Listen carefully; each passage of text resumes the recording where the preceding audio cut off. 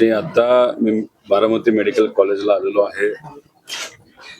माझा पीए अजित जो माझ्या बरोबर जिल्हा परिषद पासून आहे, त्याच्या परिवारामध्ये त्याची 15 वर्षाची मुलगी, त्याचा मृत्यू काल झाला, आज सकाळी झाला. खरं तर पोलीस आपल्याला नंतर सांगतीलच कशामुळे झाला, काय घडलं, कसं घडलं हे तपासानंतर आपल्याला त्या ठिकाणी कळेल.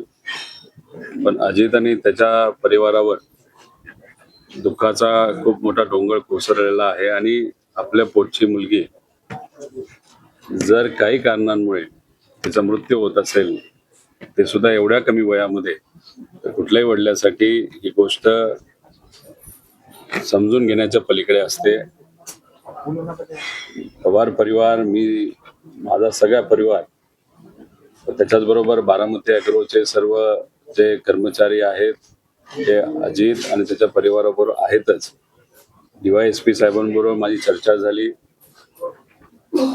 दवाखान्यामध्ये असणारे जे मेडिकल ऑफिसर आहेत त्यांच्याशी चर्चा झाली आणि त्यांना मी विनंती केली, एक तर पोस्टमॉर्टम होत असताना त्याच्यामध्ये हलगर्जीपणा कुठेही नको. पोलिसांकडनं सुद्धा माझी अपेक्षा आहे की याच्यामध्ये हलगर्जीपणा न करता खरं काय घडलं, काय कारण आहेत, कशामुळे तिचा मृत्यू झाला, हे कुठं ना कुठं तरी त्या ठिकाणी आपल्याला बघावं लागेल. त्यामुळे तपास न झाल्यामुळे आणि लहान मुलीचा हा मुद्दा असल्यामुळे त्याच्यात मला आता तरी खूप काही तिथं सांगता येणार नाही. पण पुढच्या काही तासांमध्ये आपल्याला कळेल की खरंच काय घडलं, काय कारण आहे. त्यामुळे त्यांच्या परिवाराशी चर्चा करून मग पुढे मीडिया बरोबर काय बोलायचं हे मी त्या ठिकाणी ठरवेल. दादा, एकंदरीत बारामतीमध्ये गुन्हेगारीचं प्रमाण वाढत चाललेलं आहे असं वाटत नाही? कारण का एक दिवसापूर्वी तांदोडे येथे एक आई आणि मुलाचा देखील मृतदेह बंद खोलीमध्ये सापडून आलेला आहे.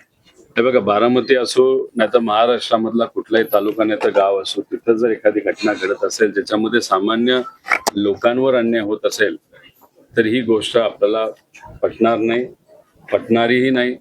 आणि त्याच्याच बरोबर पोलीस प्रशासनाचा वचक हा कुठं ना कुठंतरी त्या ठिकाणी कमी झालाय असं आपल्याला तिथं बोलता येईल.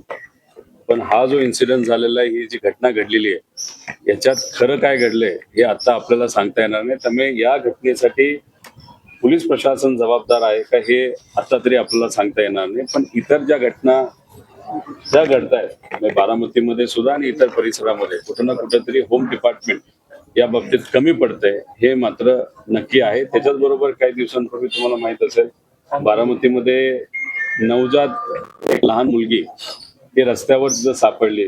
देवाच्या कृपेने ती जिवंत होती, तिच्यावर ट्रीटमेंट तिथं करण्यात आली. मग ती मुलगी तिथं सापडली कशी? आता काही वर्षांपूर्वी अजितदादांनी स्वतः पाठपुरावा करून बारामती शहरासाठी प्रत्येक कानाकोपऱ्यात CCTV कॅमेरा हा मंजूर केला होता. अजितदादांनी मंजूर करत असताना बारामती शहरासाठी खूप मोठा प्रोजेक्ट तिथं मंजूर केला होता. पण त्याच्याच बरोबर काटोल म्हणजे अनिल देशमुख साहेबांचं जे गाव आहे तिथेही मंजूर केला होता आणि कर्जत आणि जामखेड अशा 2 ठिकाणी तिथं मंजूर झाला होता. पण दुर्दैव असं या गोष्टीला अनेक वर्ष जाऊन सुद्धा कदाचित तो CCTVचा प्रोजेक्ट अजूनपर्यंत होम डिपार्टमेंटली मंजूर केला नाही. तर बारामतीचं नाव होतं म्हणून मंजूर नाही झालं, तर वेगळं काय कारण आहे हे सांगता येणार नाही. आता ते नवजात बाळ जे सापडलं ते तिथं कुणी ठेवलं, कोण ते लोक होते हे आपल्याला सापडतच नाहीये. त्याचं कारण CCTV कॅमेराच त्याच्या परिसरामध्ये नाही.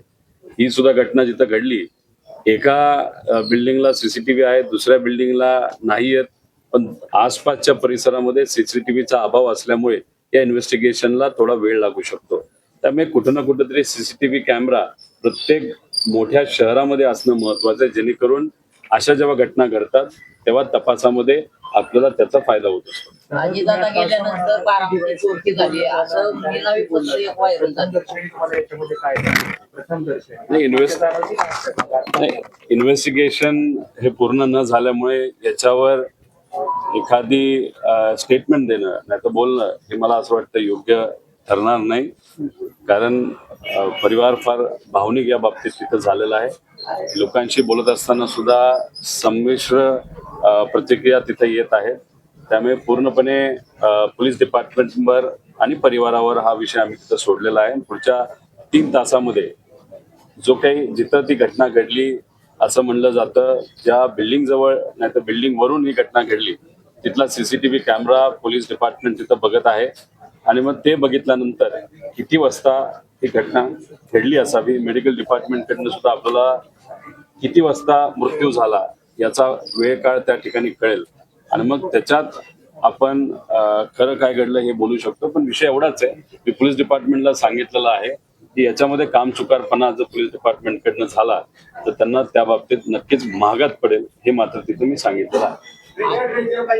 अनेक निवडणुका झाल्या, आपण बघितले निवडणुका आल्या की निनावी पत्र यायचे, परंतु आपण बघितले की 5-6 दिवसापूर्वी पवारांना एक पत्र जागरूक नागरिकांनी टाकलेले सोशल मीडियावर, जेणेकरून ही गुन्हेगारी कुठेतरी थांबली पाहिजे. गुन्हेगारीचा मुद्दा महत्वाचा आहे.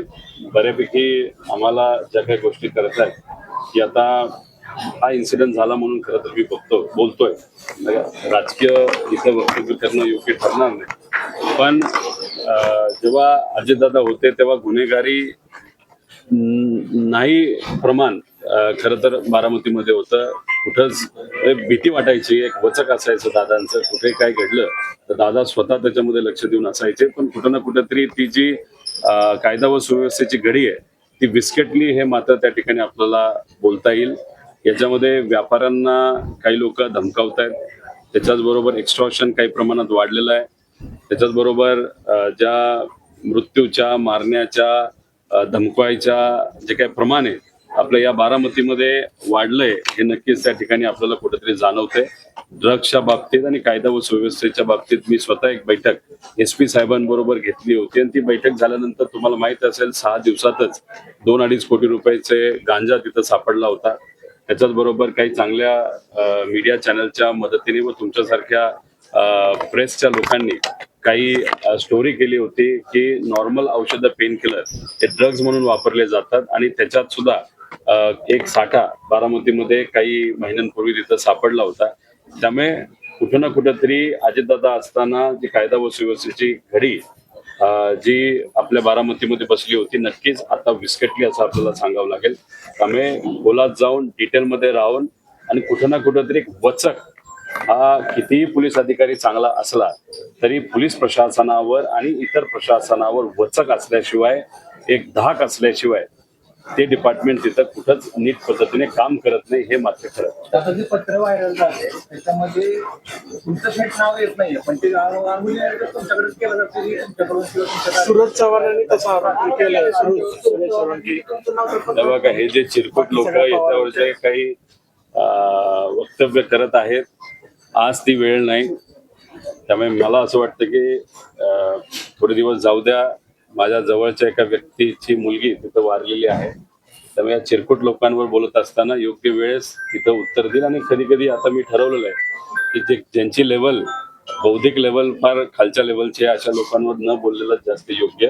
त्यामुळे मोठा एखादा नेता, मंत्री असेल आणि त्यांनी जर माझं वक्तव्य केलं असेल तर त्याला उत्तर देणं हे मी जास्त उचित समजतो.